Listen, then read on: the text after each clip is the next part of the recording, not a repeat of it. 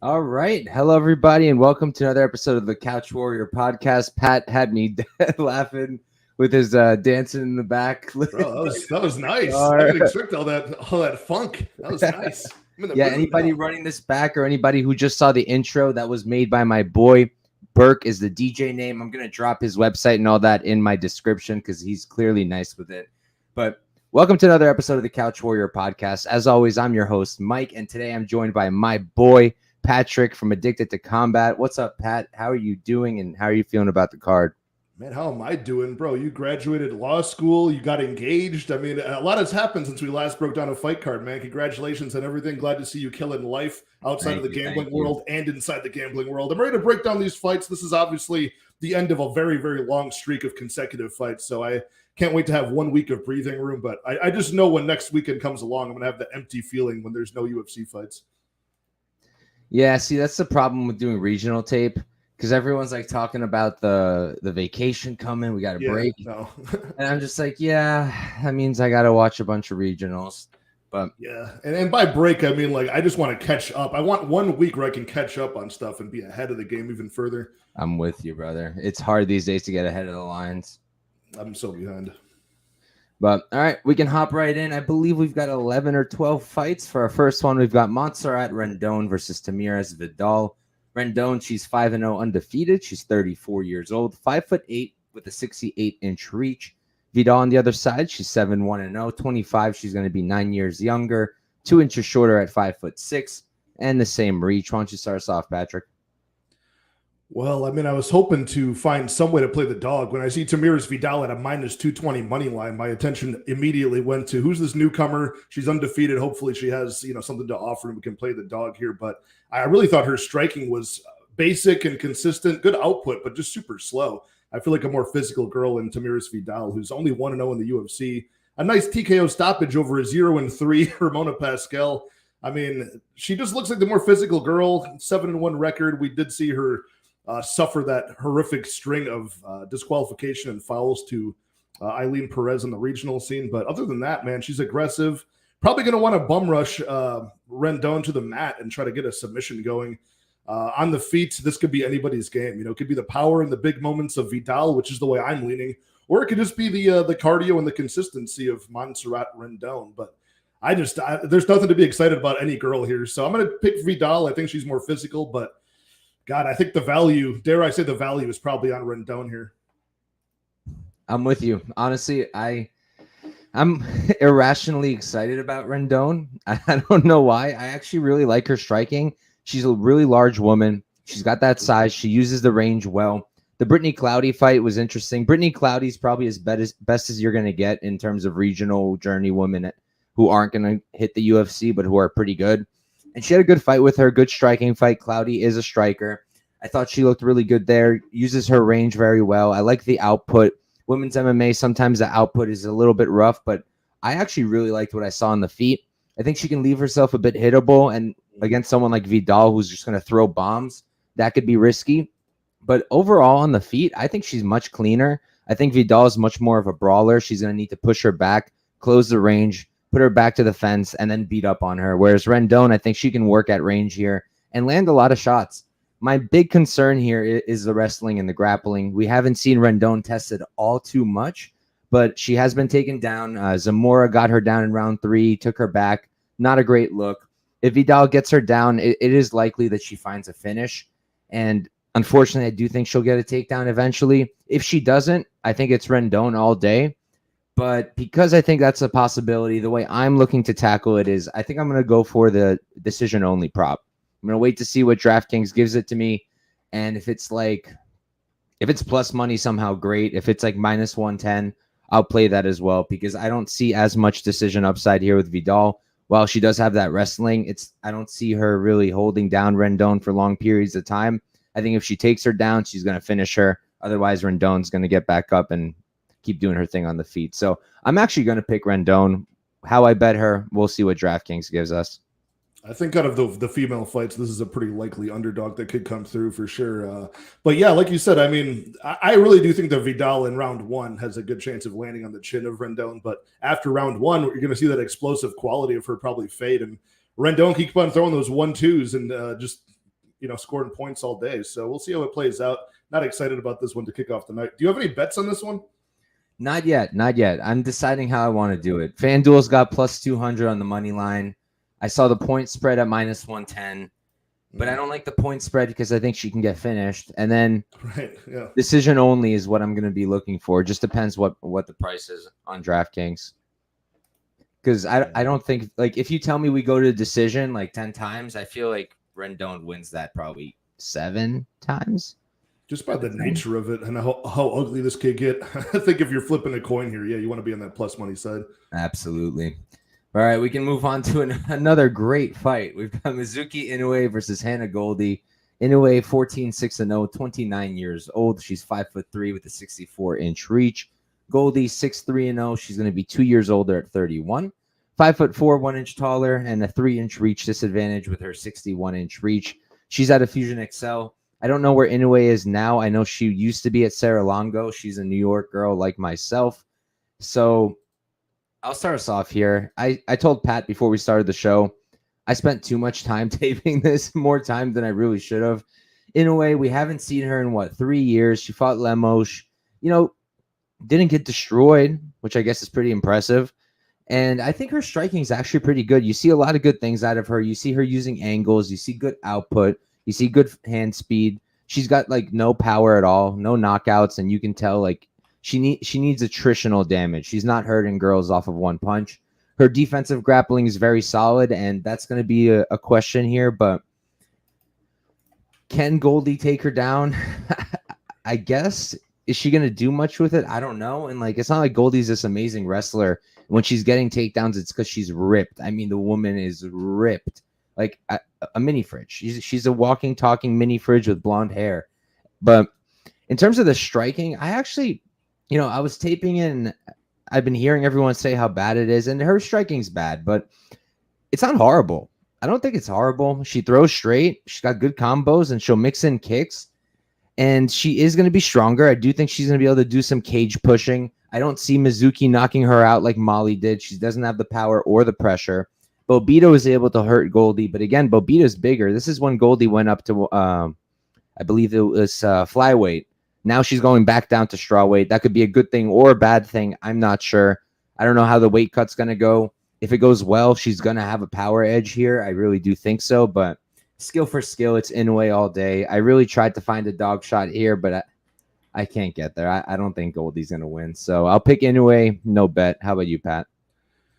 Yeah, same thing. And this money line I actually think is a lot more accurate than the last women's fight we just talked about. I think it's close to being where it should be. The only difference is just the lack of data since 2020 and that ACL repair. So if Mizuki Inoue at 29 comes through and that was just a hiccup and she solved her knee problems in 2020 to 2021, she's been training ever since. I think it's going to be a walk in the park for her. Like you said, the striking for Hannah Goldy, I think it's pretty terrible compared to Inoue, just because you're lacking all of the other parts of it, not just the strikes, but the head movement, the fakes and feints, the lateral movement. You're seeing none of that from Hannah Goldy. You're seeing all of that from Inoue. So mix that with the good defensive grappling you spoke on. I think she wins this fight pretty much everywhere, like a minus 300 would imply. But I don't think I can get there just because of the long layoff. Haven't seen her. And not to mention her 2 UFC fights for Inoue were like the widest spectrum of UFC women's talent, right? It was Wu Yanan, which somehow was like Wu Yanan's best performance I've ever seen. It was a very close fight. And then Amanda Lemos, where she looked very good, but still in a loss. So, yeah, not much. I got to see what Inoue brings back to the table here. I'm pretty sure she gets the win, though. It'd be so good when Goldy armbars her from guard. Oh, my God. That's about it. Like, it's, it's like a freak injury on the part of Inoue. Like, her ACL snaps again, or she gets her arm taken off. Yeah, but all right. But she survived. Didn't she survive? She survived against Verna Jandiroba for like 5 rounds worth of Inoue? Yeah. Yep. Yeah, she did. They called it a split. That was not a split. I don't know how they arose at that one, but that was clear 49-46. And when they announced that there was a 49-46 for Inoue, there was a loud gasp in the audience. If you rewatch that fight, it's so funny. Yeah, judging, man, it hasn't gotten any better. It hasn't gotten any better since then. But all right, next up we've got, this is going to be a good one. Not really. We've got Jake Collier versus Mohammed Usman. Collier 13-9-0, 34 years old, 6'3" with the 78-inch reach. It seems like he's literally just training with his boys based off of Instagram. Like, I'm not kidding. I saw that. It's like just like pictures with his friends hanging out training. And then Usman 9-2-0. He's 34 as well. Going to be 1 inch shorter, have a 1 inch reach advantage. I'm actually not quite sure where he trains. I don't think it's Fortis like Tapology implies. I'm pretty sure he's up in he used to be in Denver, but now that Usman moved, maybe he moved. I have no idea. But starts off, Pat, what are you thinking?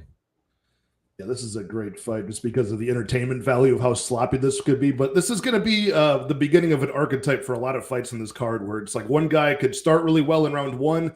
I think that guy is Jake Collier, where he's usually the busiest with his boxing output and his aggression. But his cardio falls off a cliff in round 2, round 3 especially. So at that point, I think Mohammed Usman he's not good at all, but he's got knockout power at any point. I don't think Jake Collier has the same. And you've got the wrestling advantage for Usman. At least he'll go to that game plan. We saw even in a boring effort, like he's not afraid to make the fight boring to win. We saw that against Junior Tafa. So I do like that. You know, being Usman's brother, living in his shadow, he's not going out there and trying to like get in a firefight with these guys that are better strikers than him. He's going to go right to the wrestling. So I think he can take Jake Collier off of his feet. Jake Collier's only wins in the heavyweight division are Chase Sherman and John Vellante. So the rest of the guys, all 4 of them have beaten him. I think Usman is just good enough to beat a Jake Collier, and I think he does it by decision, just grinds him out, but I wouldn't be surprised if there's like a flash KO at some point. Yeah. Now, when it comes to the money line here, I really just don't feel good about trusting. When you look at just Jake Collier, like, oh man, I'm getting a minus 140 on his opponent to win. Just if you don't even know who that opponent is, that seems like a good price on anybody to beat him. But Mo Usman looks so bad, man. Like his hands are slow, his reflexes are bad, his cardio doesn't look the greatest either. So I'm probably not going to get to a Mo Usman bet. I couldn't handle the stress of that. Yeah. There's no way I'm playing this, man. I see a lot of people loving Usman, and I get it. And honestly, one thing that almost swung me is I saw that picture of Collier with his boys, and he's like losing weight. Oh no. And I don't know, like I get it. That's probably good because he's clearly obese and not healthy. But for this particular fight, I think that extra weight might have been useful because he's fighting a tremendous man. Like Usman is gigantic. He might not be taller here, but he's going to be a lot bigger, a lot stronger, and a lot more physical and athletic. The problem with him is he's just not very good. And like I noticed this a while ago before the Ultimate Fighter. He fought in the PFL against Brandon Sales. Do you mean Jumbo Chris Weidman?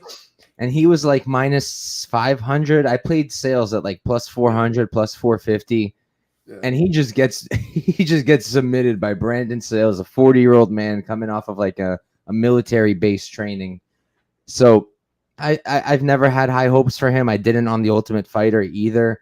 He got through. He got that knockout on Pauga. Can he knock out Collier? Sure, but like I was gonna say, when was the last time Collier got knocked out flat? And then I saw the Barnett result. Good Lord. Yeah, I was saying to 138, our boy Tyler, I was saying the other night, what if we get a Chris Barnett versus Mo Usman? That should be the next step. That would be an awesome fight.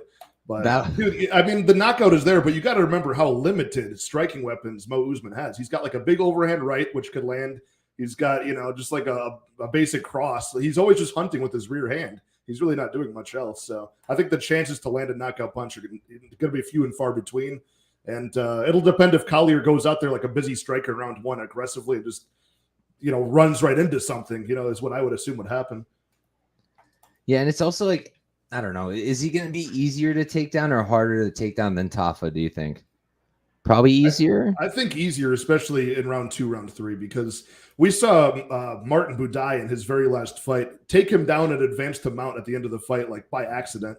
Like he just basically knocked him down. He was so tired and got into full mount and ended the fight there just without even trying to take him down. Yeah, so I really don't know what to make of the fight. Like, output is going to be Collier. Striking technique, probably Collier. Wrestling, clearly Usman. Physicality, Usman. They both suck. I think I'm just not going to bet it, to be honest. I mean, if the line, like, right now money's coming in on Collier, I don't know who in their right mind is betting Jake Collier plus 116. But if they get Usman down to a pick 'em, I'll take a shot because he is going to be way more physical. It's just, am I going to be shocked if he just stands there while Collier lands 140 significant strikes? No, That's I wouldn't. my worry. I wouldn't be shocked either. That's my exact worry. It's like if he pulls a stunt, I can only blame myself if I'm holding an Usman ticket. But I think he should win. I think in round one it's competitive, so maybe you could even live bet this one. You're going to see Jake Collier's best effort in the first 5. After that, it should be Usman just melting through him. Yeah, maybe late Usman props, but they're probably going to be all over that, I bet. Yeah. Let me actually see. Usman wins in round 3 plus 1,200. The thing is, he gets tired too. Yeah, and it's like, then you need a tired man to finish a tired man, and that's usually when you get a sloppy heavyweight decision. Yep, exactly right. When their finishing potential, just like it's almost like a bell curve, right? Like right in that sweet spot at like the 6-7.5 minute mark, and then it just goes right back down to being an outlier again. I mean, just the fact that they have fight ends inside the distance for a heavyweight fight at minus 130 tells you everything you need to know. This is great, though. I love when these fights are on the card, though. You need a sloppy heavyweight fight. Hopefully, Dana's signing some good heavyweights. He hasn't so far. Machado, he signed him. He's fighting soon. And there's only like 30 of these guys in the roster, so like half of them are in the top 15 at this point. I want to say it's like 30 or 35 heavyweights. Like if you can defeat like these guys like Jake Collier for a couple of fights in a row, you're in the top 15. This new guy he just signed, Gaziev, though, he should be good. He should be an interesting. I didn't watch it this week. I have to catch up. He's a beast, but we can move on. We've got the GOAT, Jacob Malkoun versus Cody Brundage. Malkoun 7-2-0. He's 28 years old, 5'9" with a 73-inch reach. Brundage 8-5-0, 29. He's 1 year older, 3 inches taller, and he's going to have a 1-inch reach disadvantage. I'll start us off, and man, Brundage. I bet Brundage like everybody else did against Dumas. Unlike everyone else, I had him at a good line. I got minus 125, was very happy with it.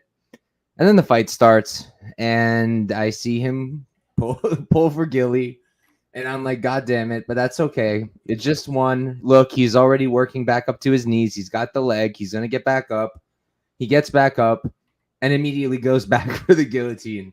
And that's already when, like, if you guys follow me on Twitter, a lot of people know that sometimes when I think one of my guys is losing, I'll just post early. I'll be like, okay, lost this bet with this many units. And then people will get really upset because I'll reverse jinx it and end up cashing it. But Brundage was one of those where I just wrote it. I was like, this is over. Brundage is not winning this fight.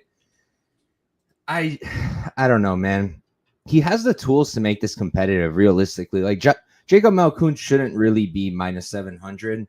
I have him parlayed up at like minus 4 something, minus 5. I get it. I think it's fair. I think he's probably just going to lay on Brundage and beat him over 3 rounds. But the truth is, Brundage could probably be competitive if he had any semblance of fight IQ. He's a decent striker. He's got decent power. He's a wrestler himself. That's quite literally his base. He's got decent jiu-jitsu, but fight IQ is not there. Striking, well, he has good power, and it's pretty good. It's nothing spectacular. And Malkoun, he's one of these guys that he knows what he does well, doesn't stray from the plan, and he gets the job done.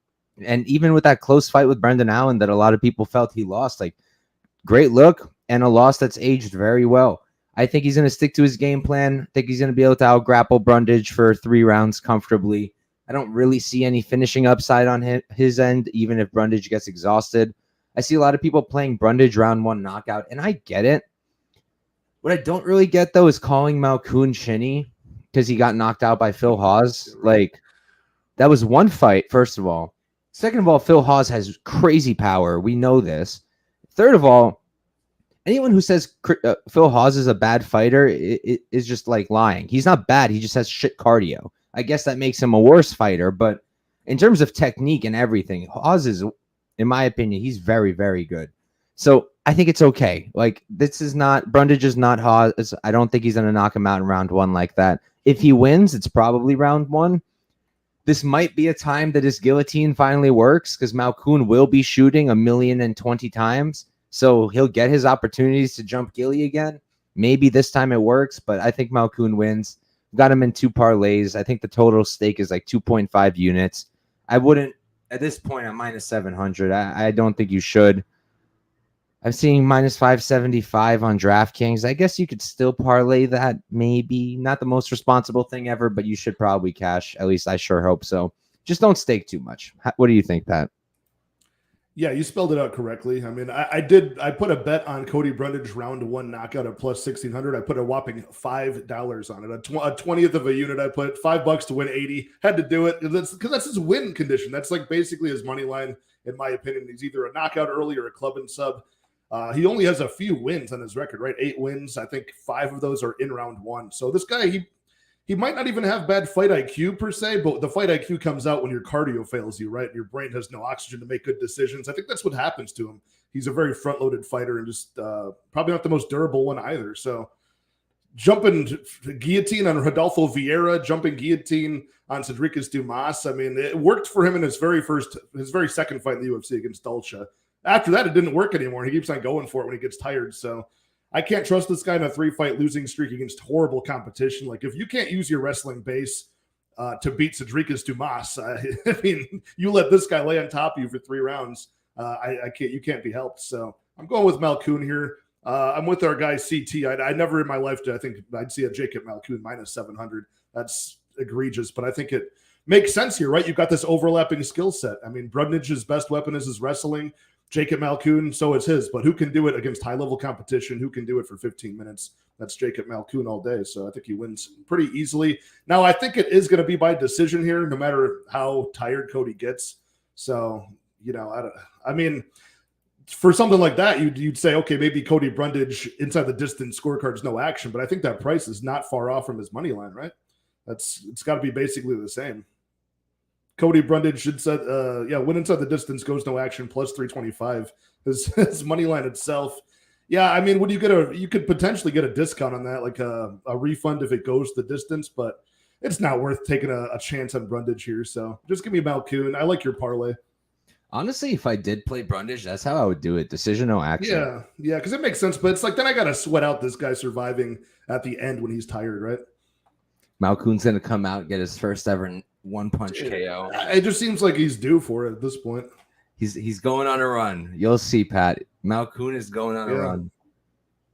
Yeah, and then further on that point, like you talk about the round-to-1 KO potential for Brundage. Now that's not, you can't compare him to Phil Hawes. I mean, after that, Jacob Malkoun fought heavy hitter after heavy hitter. Abdul Razak Al Hassan and AJ Dobson both have very early finishing potential. He's able to ground them both and stay great safe. Points. Yeah. You seen this one, Pat? Jiri Alex, official, November 11th. Ooh, really?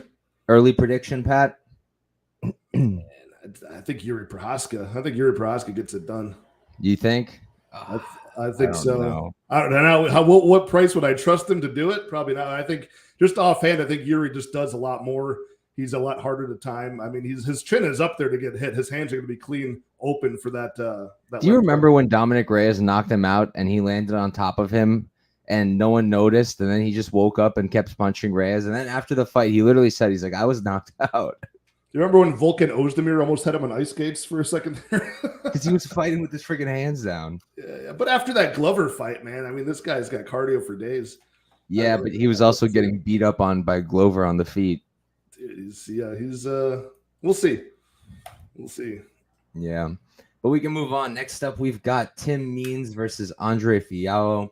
Means 32, 15, and 1, 39 years old. He's 6'2" with the 72-inch reach. Fialho, 16, 7, and 0, 29. He's 10 years younger. 2 inches shorter, 1 inch reach disadvantage. Pat, start us off, brother. Yeah, I see CT saying he's a quarter Czech, so Yuri's his guy. But even that's not enough bias to. Now that I think about how low his hands are carried, man, that's going to be a disaster. But dude, he could get it done. He's got the output. If he could stay safe from getting chinned, oof, that'd be a fun fight, though. I'm excited for that one. How long has he been out for now, Yuri? It's been since June of. He's been up in the mountains howling at wolves for like 2 years now, I think. Yeah, it was since June of 2022. He had that fight of the year. Man, But yeah, onto this fight.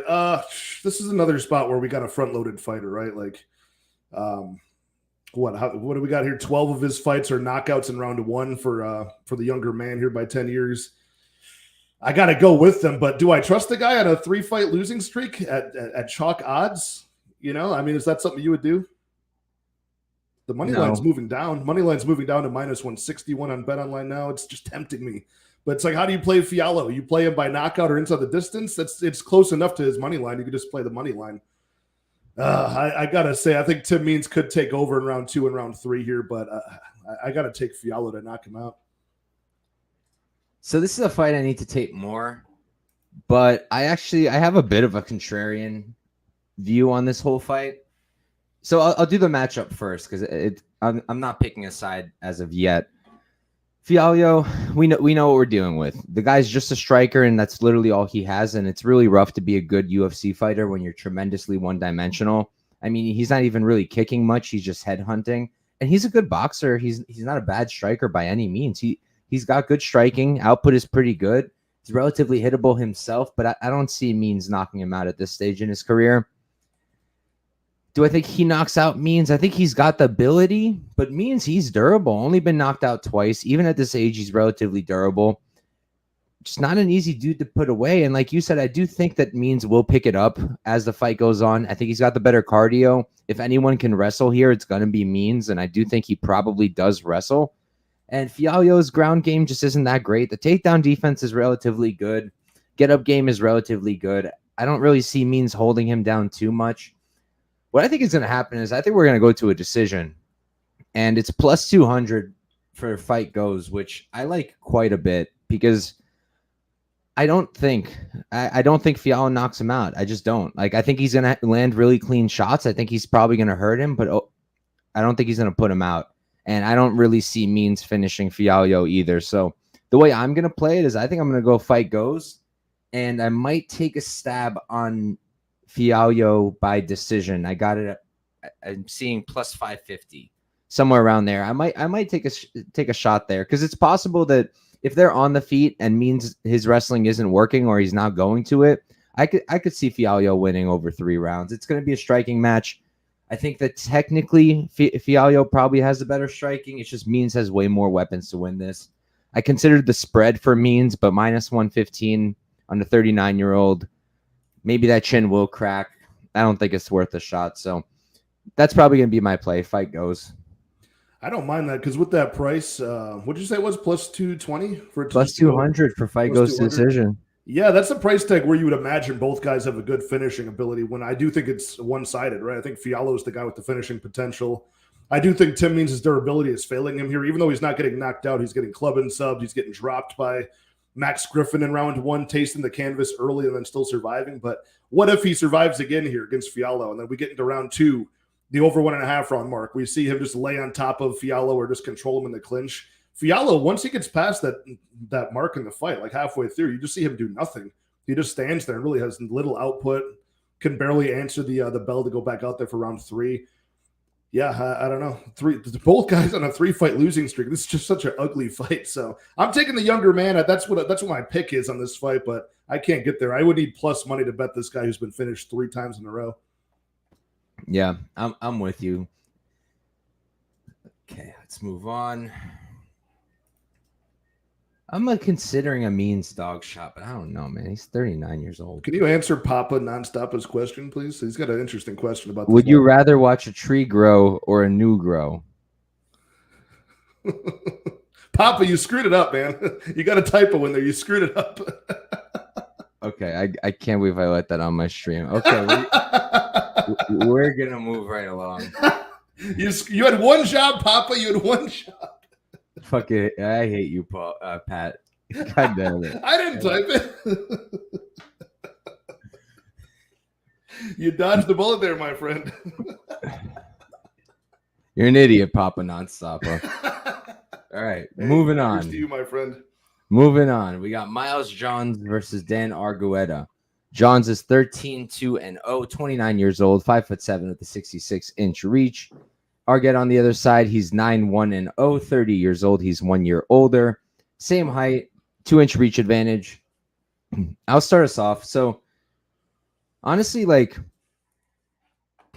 I got to tape late because I was often on vacation, and I saw literally everyone and their mother on Argueta, and read their breakdowns, listened to their breakdowns, and I get it. But here's the thing: the entire breakdown and the entire angle is built on Argueta successfully wrestling and breaking Miles Johns, which I get the angle. I just don't really think it's going to happen like people are expecting this to happen. Like Miles Johns, he's not Ronnie Lawrence. He's not Nick Aguilar, and he's not Damon Jackson. I mean, in a different way. But like the Nick Aguilar fight, Aguilar had a bunch of success on the ground as well, and he had way too much striking success for me to be comfortable. I know he only landed like 13 significant strikes, but they weren't on the feet often. And what I saw from Dan, I didn't like his offensive striking. I didn't like his defensive striking. In the Ronnie Lawrence fight, we didn't get to see much. I mean, he ran through Ronnie. I thought he would. I've been saying for a while now, Lawrence is great, but he doesn't have a real wrestling background. And that output wrestling pressure, that's only going to work to an extent. It's not going to work against guys like Dan Argueta, who are actually very good wrestlers. Or Mr. Said Yukab. Yes, sir. R.I.P. Bring him back. Sadyukov probably actually, not probably actually, he said about Argueta apparently that his wrestling is like really, really good. And I mean, we've seen it, but here's the thing. Miles Johns also has a wrestling background, wrestled in college, dropped it for MMA. He's got really good takedown defense. Hence, now it hasn't been tested by guys like Dan yet. Hasn't really fought a really good wrestler. We had that Cole Smith fight, which was just very ugly, and Smith was able to hold him up against the fence a lot of the time. Ultimately, Johns did win. But I think that Johns is the better striker here. I really do. I think he's a lot cleaner, a lot crisper. I think he's a lot more powerful. His output, I don't love, but it's not like Dan has some insane output on the feet either. I really don't see this like I'm not seeing it. I'm not seeing him break. This isn't John Castaneda. John Castaneda is a really good striker. He uses his pressure, but he also uses his counters, and his counter game is nasty. The striking, you can't compare Dan's striking to Castaneda's. It's not even close. Castaneda would murk Argueta on the feet. So I'm starting to lean towards the dog, and I think I'm going to get there. I'm deciding if I want to play the money line at plus like 150-ish I'm seeing, or if I want to just go with the spread, which I think was minus 145 or something with Johns, because there I just need a Johns finish or one round one. Mm-hmm. But I think I'm just going to go with his money line. I think I'm going to put a unit on his money line. It's a fight I'm going to tape a little bit more, so if you tail me, don't tail me now. Check out my Twitter. I'll post it if I end up betting it. But I do think I'm going to get there. How about you, Pat?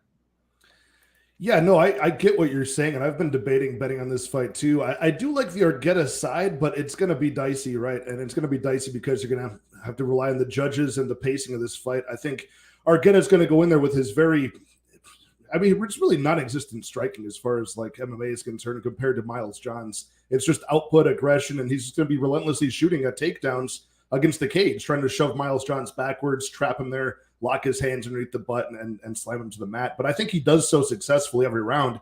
It's just at what point in the round does he do it? Does Miles Johns get some output, get some good counters before he gets the takedown? And you might be weighing like 2.5 minutes of control time where, Argueta does have good ground and pound, and he does advance position to get to submission spots there. But Miles Johns is much cleaner striker, and his takedown defense looks good on paper, but it's not really been tested all that much against high-level competition, right? We're looking at the Cole Smith, the Kevin Natividad, the Anderson Dos Santos. Those are his wins. And then Vince Morales, again, just the fights are way closer than they should be. And sometimes he's got to pull something out of his ass in round 3, whether it be a finish or just, hopefully the judges get a really close fight, right? Like the Vince Morales fight, I had money on Miles Johns a lot closer than it should have been, right? Especially when you look at the metrics of it. So I don't know. I think Argueta is aggressive enough, and I think we could see advancement in his striking at this point in his career more than we could see something new from Miles Johns, like higher striking output or something like that. So I'm going to go with Dan Argueta. I do like his – and he ragdolled – I know that you're saying Ronnie Lawrence isn't a great wrestler, but MMA terms, I mean, he got ragdolled around in that fight. And if it wasn't for Keith Peterson forcing him to submit and then calling it himself, we would have seen probably an Argueta win. So Keith really needed to go smoke a cigarette. Yeah, he really did, man. He had to go. I actually went to college with Dan Argueta. I never crossed paths with him, but we were in college at the exact same university at the same time. So I probably flexed them in the weight room a couple times when they're having practice there. But other than that, they have a really good wrestling program there. D2 though. Yeah, I mean he's definitely a good wrestler. I just think this low key is a tough matchup for him. If this stays striking for any period of time, I think Miles Johns destroys him. Yeah, I'm gonna be playing that once we get off stream. Hopefully, we don't have any hard hitters here who are gonna mess up a line, and we can move on to our next fight. Here we've got this one's so good, and now I'm not being sarcastic. We got Charles Jourdain versus Ricardo Ramos. Jourdain 14-6-1. He's 27 years old, 5'9" with a 69-inch reach. Ramos 16-4-0. He's gonna be 1 year older at 28. He's 5'9" as well. 3-inch reach advantage, and it is worth noting he's no longer at Team Alpha Male, at least based off of his Instagram. It looks like he's over in Brazil now. Why don't you start us off, Pat? It's a super fun fight, one of the sleeper fights of the card, because both guys kind of are similar, right? They have a pretty well-rounded game. Both guys do like to have some flashy striking and some exciting highlight reel moments, so I like this fight quite a bit. It's a battle of the pacing, right? We know that Charles Jourdain is the round 3 king, usually tries to sprint to the finish and put a stamp on things in the last round of the fight. Whereas Ricardo Ramos, he starts off pretty strong, sometimes can fade as the fight goes on. But I think it's going to come down to output here. You see a lot more striking output from Charles Jourdain. But on the flip side, though, the underdog Ricardo Ramos, he actually uses his wrestling to employ that BJJ game that he has. You're not seeing Charles Jourdain go out there and offensively wrestle. He might pull guillotine. He might look for a club and sub potential here and there, but he's not wrestling at all. I think maybe he's landed no takedowns, maybe one takedown he's credited with, whereas Ramos, that's a big part of his game. So it's a very fun fight. It's a close one, and it's one that, unfortunately, I think the odds are just about right where they are, right? We're seeing a slight favorite for Charles Jourdain, -135. This is about where I would line it, so I'm not quite sure which way to go besides passing on it. Mike, do you have any opinions on the overs and unders for this one? This one's so hard with the over-unders. Like, my gut, when I first saw the fight, I was like, this is an under for sure, because Jourdain's explosive power output got everything you need. Ramos can slow down, but also a finisher, also knockout ability, also submission ability. But then on the flip side, they're both incredibly tough. So I might still play the under. I don't know. But what do you think about the fight doesn't go to the distance instead of the under 2.5? Just because of all the round 3 finishes from Jourdain. Like, I would want that extra 2 minutes for sure. Yeah, I would pay up extra. It's completely worth it, especially with the way Jourdain fights. Like, he does come. Like he becomes a completely different person in round 3, just an animal. Yeah, that's the problem here. Like, I don't want it to be in a spot where I've got a Jourdain ticket and I have to watch him, as usual, dig his way out of a deficit after round 1, right? Yep. But I do think he wins just based off the striking metric. Like, he can make a close range fight very competitive and win that, or he can play at distance and maybe win that too. Whereas Ricardo Ramos, I think, better at distance, keeping it clean, moving around elusively. Yeah. So for me, this one was tough. I spent the most time taping any fight on this card. I spent it on this one because, first off, it's a really good one. And second, I felt like there was definitely an edge lying somewhere here, and I wanted to find it, and I think I did. Okay. So the thing with Ramos is he's a really good striker.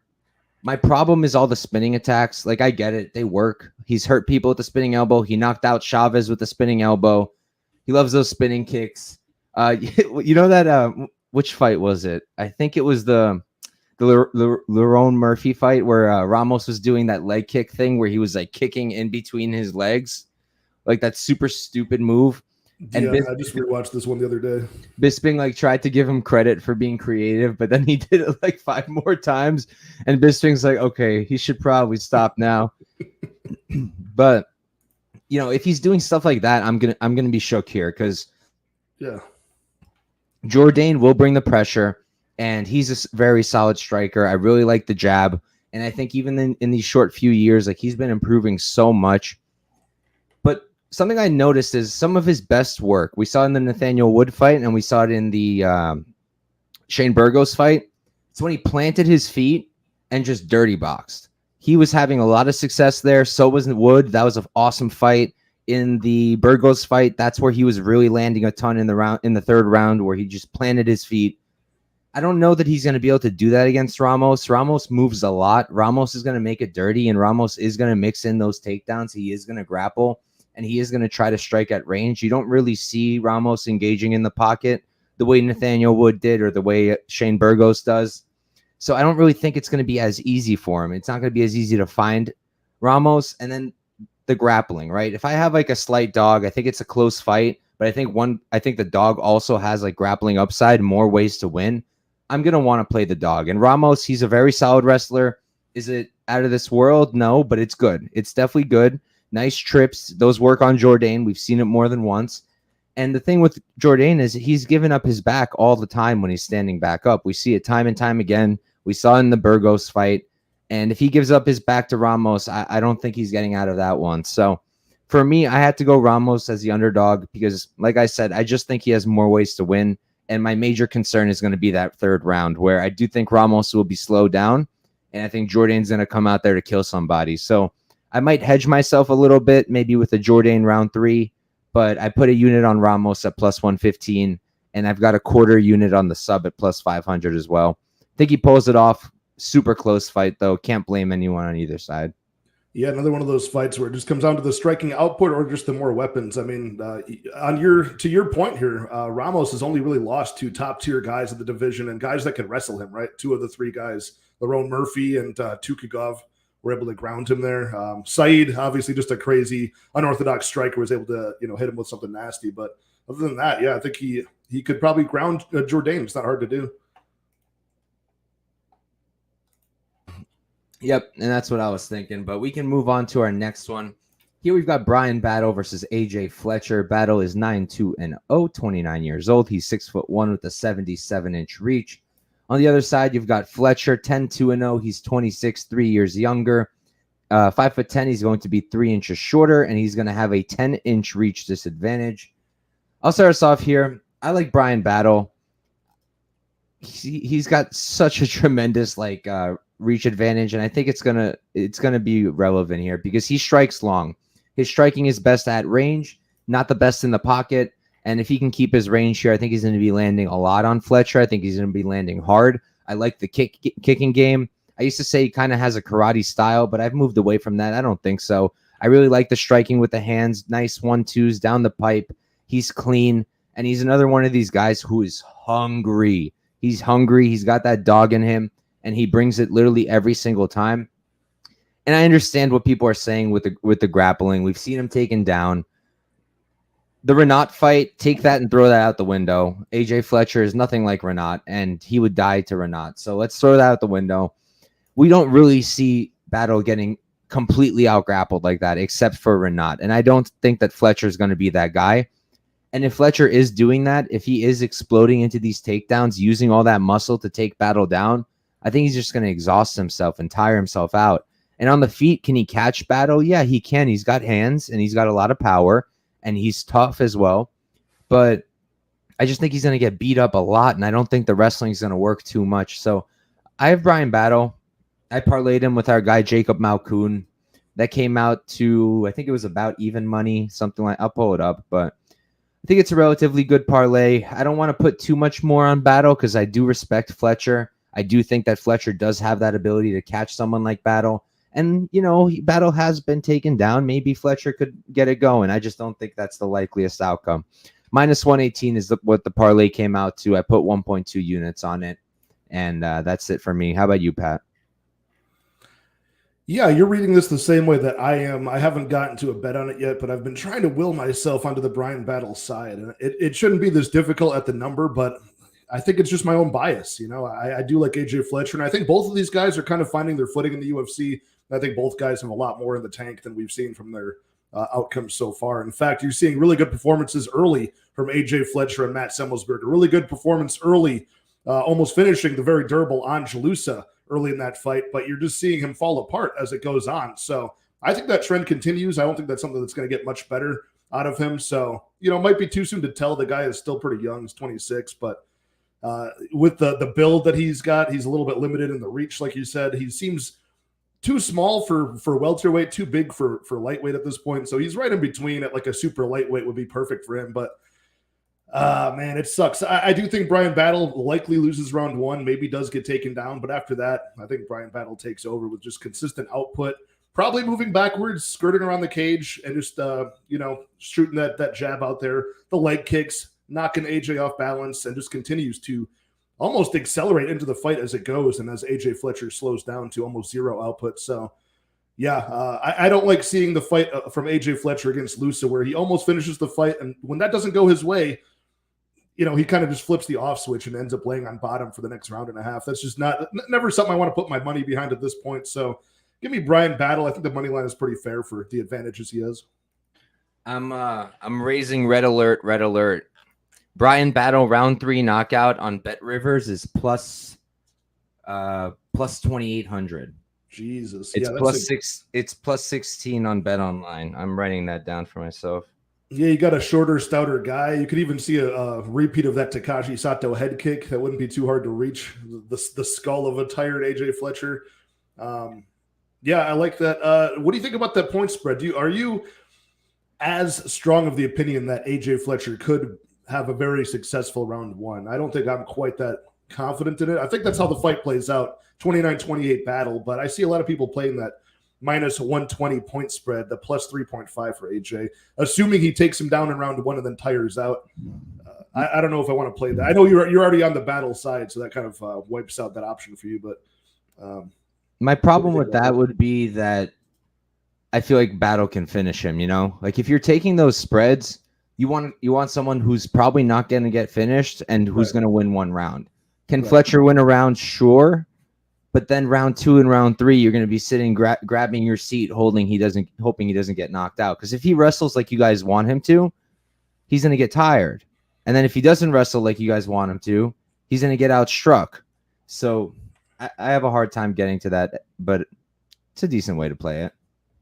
Yeah, I see Prince of Mischief in here saying he's been getting lucky Battle with bum opponents.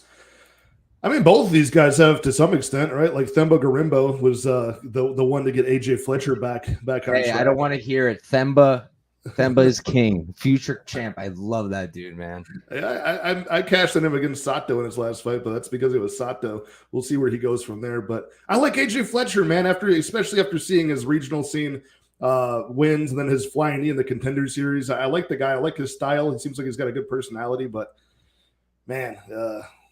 Almost 100% finish rate here. So can he finish Bryan Battle? That's my question here. I don't think it happens. And if it does, it's probably early. So, yeah, give me Bryan Battle.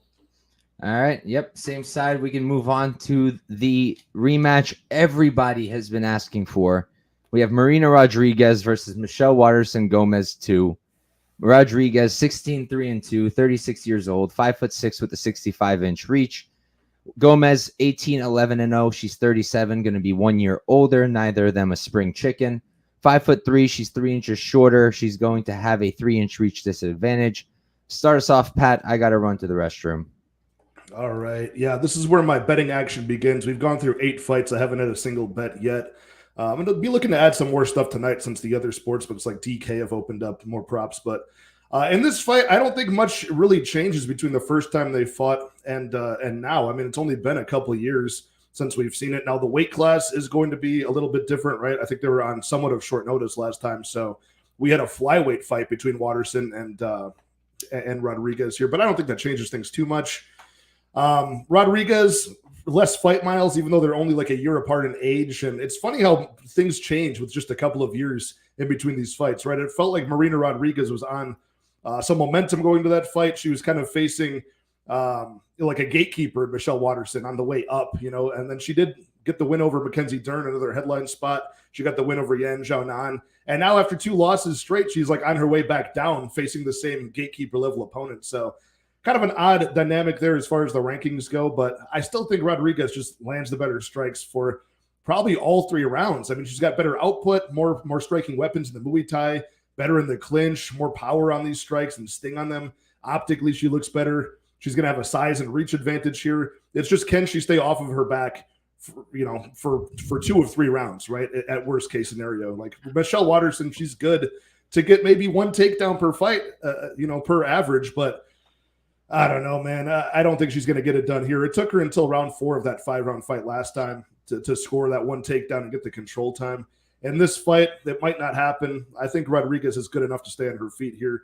Verna Jandiroba is the one who has good wrestling and good BJJ to take her down and hold her down. Amanda Lemos, powerful enough to change the course of the fight with those vicious hooks that got that early TKO stoppage. But other than that, Marina Rodriguez, very, very impressive. So I think she gets the job done pretty handedly here. I got her by decision at minus 150. I just put 1 unit on it. Yeah, I don't hate it at all. I'm on Marina. I have her parlayed with our guy Malkoun. Came out to I wanted to do that. I wanted to parlay her with something, but I just didn't know who to do it with. Yeah, I stuck her with Malkoun when he was still like minus 500-ish. I think the parlay he was minus 475. Parlay came out to minus 148. 1.5 units there. For me, this fight is just such a waste of time. I know we all say like no fight is ever the same. No rematch ever really goes the same. But I think this rematch is going to go the same. I don't see what is different here other than the fact that both women have gotten older. I don't see what's different here other than the fact that Rodriguez is coming off of a loss to Jandiroba this time. I think she completely outstrikes Waterson. I think Waterson maybe will offer some stuff on the feet. She does things. That's good. Throws some kicks. Yeah. But Rodriguez is a way better striker. I don't think she's going to get out grappled here. I think she's still improving her grappling. She kind of has to. And I think it's going to be good enough to get the dub once again. This time we won't have to watch it for 5 rounds, only 3. But I don't think anything's going to be any different here. I'm on Rodriguez. And the money line at minus 300, I think that there might even be value on that. Dare I say, it's scary with the judging, and it's scary that maybe one takedown is all it gets to sway around or two, but minus 300, 75% implied. I think Marina Rodriguez wins this like 85% implied. Yeah, 75%. I'm with you. Yeah, there's value, Pat. We found value. I think there is, yeah. All right, let's move on to something a lot more fun. We've got Bryce Mitchell versus Dan Ige. Mitchell, 15-1-0. He's 28, 5'10" with a 70-inch reach. Trains out of his farm doing who knows what and saving his plant trees. Dan Ige, 17-6-0. 4 years older at 32. 3 inches shorter. 1 inch reach advantage. He's at the gym at Extreme Couture. No plants to worry about. I'll start us off here. Look, I mean, if I was betting this at the current line, I'd be on Ige.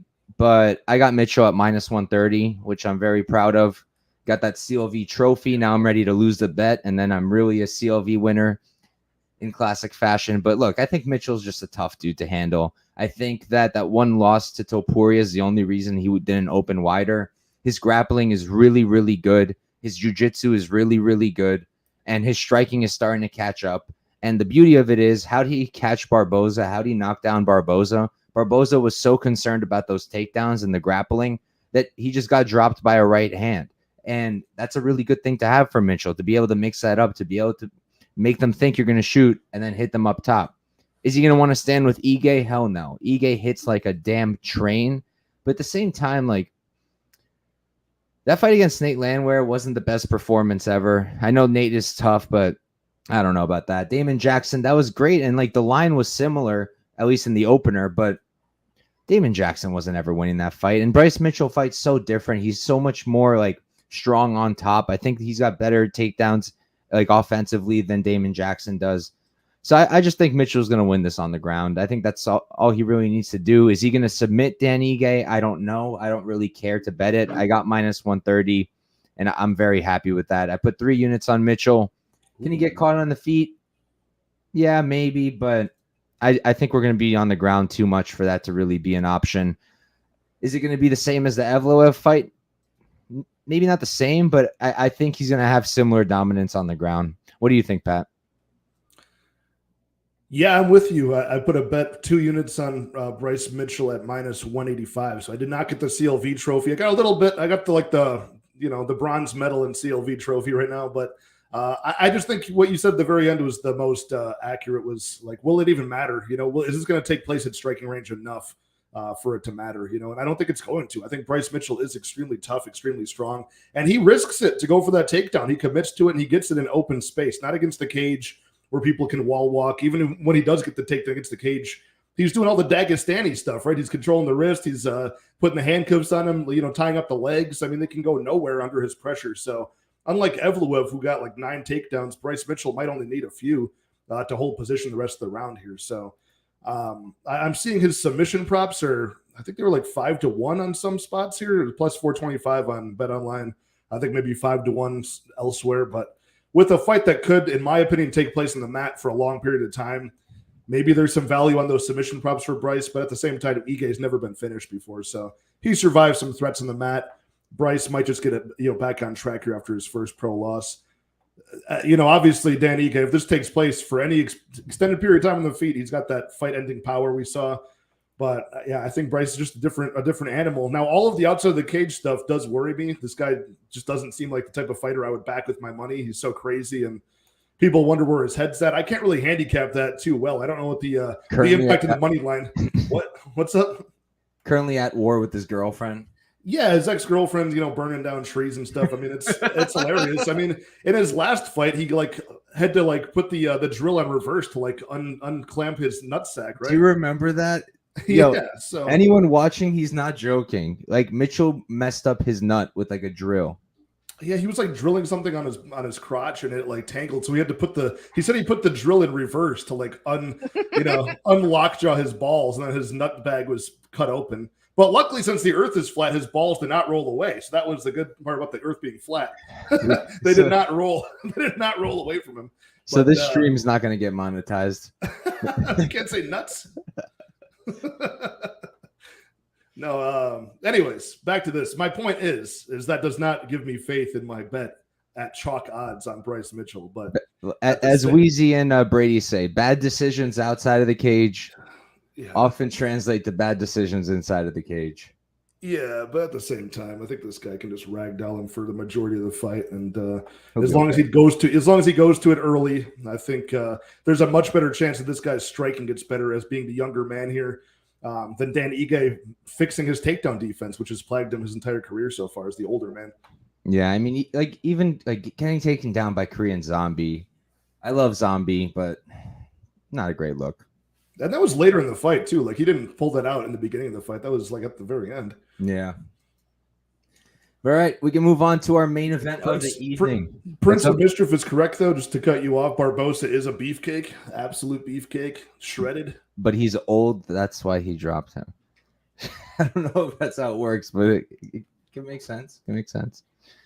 But for our main event, we've got Rafael Fiziev versus Mateusz Gamrot. Fiziev 12-2-0. He's 30 years old, 5'8" with a 71-inch reach. Believe he's still a Tiger Muay Thai. Gamrot 22-2-0, 32. He's 2 years older, 2 inches taller, and he's got a 70-inch reach. I believe he's at American Top Team, but I don't remember exactly. Pat, why don't you start us off, brother? Yeah, this is my third bet I have so far.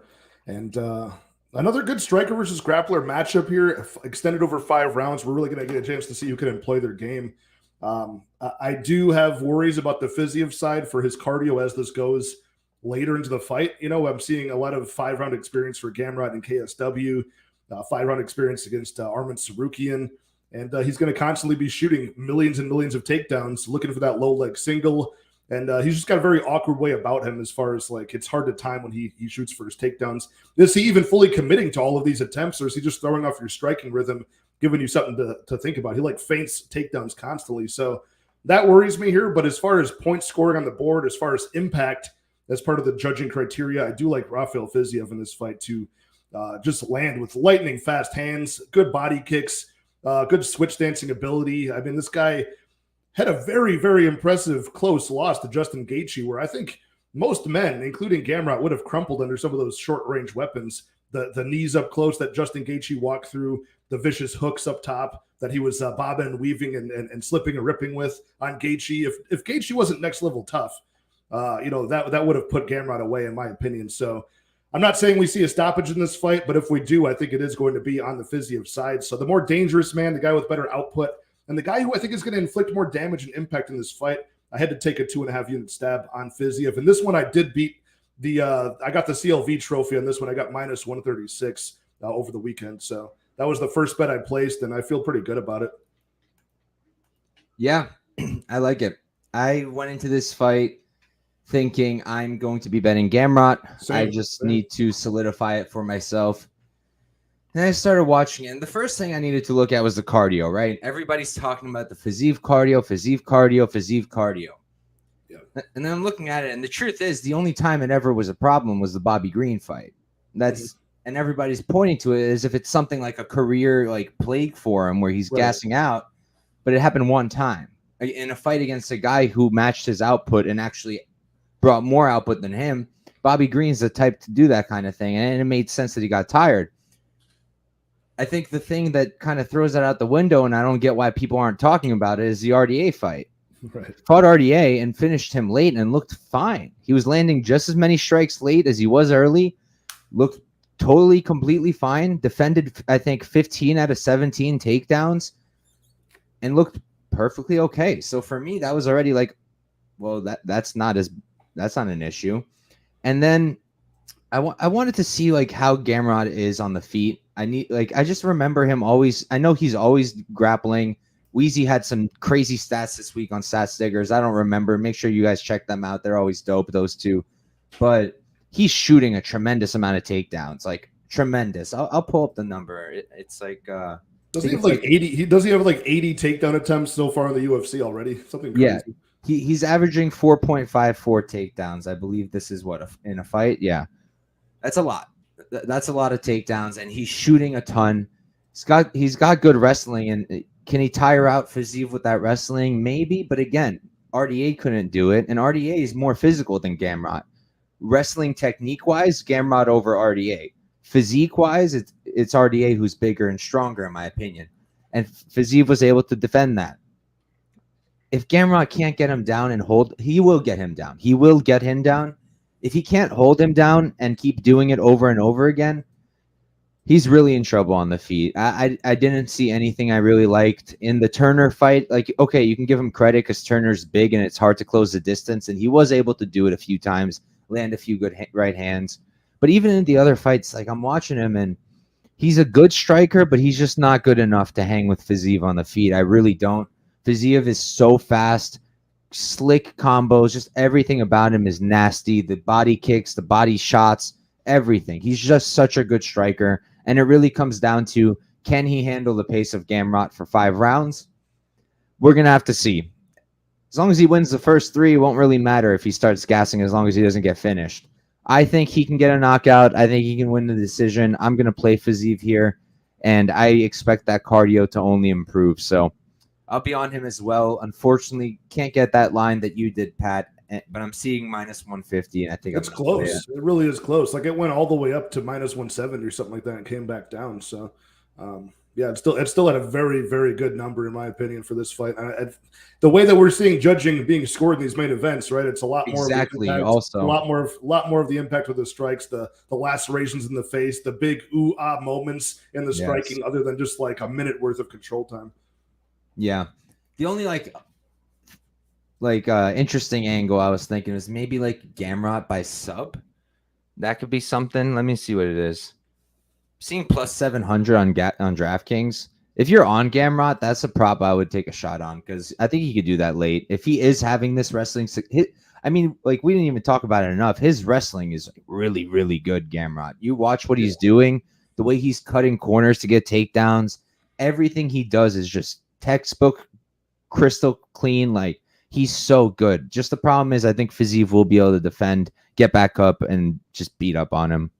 Yeah, that's why this is not a for sure lock, because the speed and the tenacity employed by Gamrot in the grappling is exactly how impressed I am with Fiziev in the striking, right? So it's a complete binary fight here, but the way that things are being scored now and the potential to end the fight more in the feet, that's why I'm putting my money behind Fiziev here. And just to piggyback off what you mentioned about the concerns about his cardio, a lot of that is just implied, in my opinion, because of not only some earlier fights, but just the way that this guy strikes. It's so powerful. There's got to be a trade-off in the later rounds of the fight. Like you can't put everything into your strikes and keep going, but he sort of did against Justin Gaethje, right? For the 3-round effort, he was putting 150% into all of those strikes and still moving forward and continuing that over 15 minutes. Now, if that fight got extended out another 2 rounds, he'd probably fall off of a cliff, but I think he can pace himself here in this one.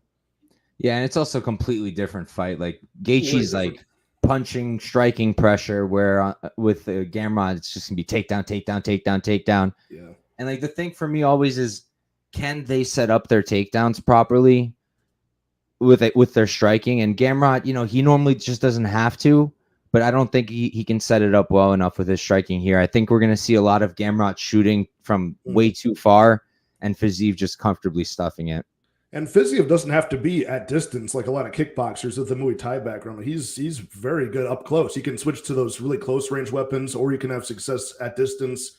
I think he's very versatile in that realm. And then not to mention, we talk about the power of Fiziev. Look at the opposite results in the last 3 fights for Mateusz Gamrot. He's been dropped at some point in all of those fights. Yep. Does Fizz make the parlay? I don't really parlay anybody around minus 150 anymore. I kind of just lay it straight at this point, but I don't hate it. Just depends who you're going to put them with. If it's the last fight of the night, so if you want that headshot opportunity on a slight plus money, if you got a long parlay, you go for it. You can always hedge out. But I would just play him straight. I think minus 150 is still a solid line. But all right, guys, that's a card. That's UFC Vegas 79, our last card before a nice break. As always, thank you, Pat, for coming on. Why don't you plug yourself? I'll plug myself, and then we'll get out of here. Dude, Mike, it's a pleasure talking fights with you again. I know it's been a while since we got together on this. We've always got a lot of stuff going on in our lives these days. But again, congratulations on your engagement. That's awesome news. Thank you. Super happy for you and all of you've accomplished this past year. A lot of big life changes for you. So always happy to see my friends doing well. My name is Patrick. If you don't know me, I run a channel called Addicted to Combat. You can find me on YouTube, on Twitter at Combat Addict 1. Dude, funniest part about posting about like getting engaged on Twitter, I posted my girlfriend's hand with the ring. 2 people thought I was the girl. Two people. So they say nice ring, asshole. Nah. So someone was like, "How'd you know to paint your nails? How'd you know that you were getting proposed to?" I see. I got you. And I was like, "Yo, that wasn't me." But all right, guys. Yeah, in terms of what I got going on, I literally just went live with Wiz about 2 hours ago to break down next week's Contender Series. The lines aren't even out yet, so make sure to watch that so you're nice and prepared. There's one fight in particular, Oliveira, that we're both looking out for, so make sure to run that back. And then tomorrow at, I believe it's going to be 8 p.m., we're going to do Prop Talk, as always, on Twitter Spaces, me and MMA Propaholic. And I'm going to put up my YouTube Shorts tomorrow. I'm not going to do a Bellator video because there's literally 21 damn fights, and I just can't. Like, I wish, but I can't. Yeah. But I will be betting it. I've already got a few. I will be betting LFA, ACA. I'll be putting it all out there as I go. But that's it for now. Thank you guys all for tuning in. Thanks for watching, and good luck this weekend.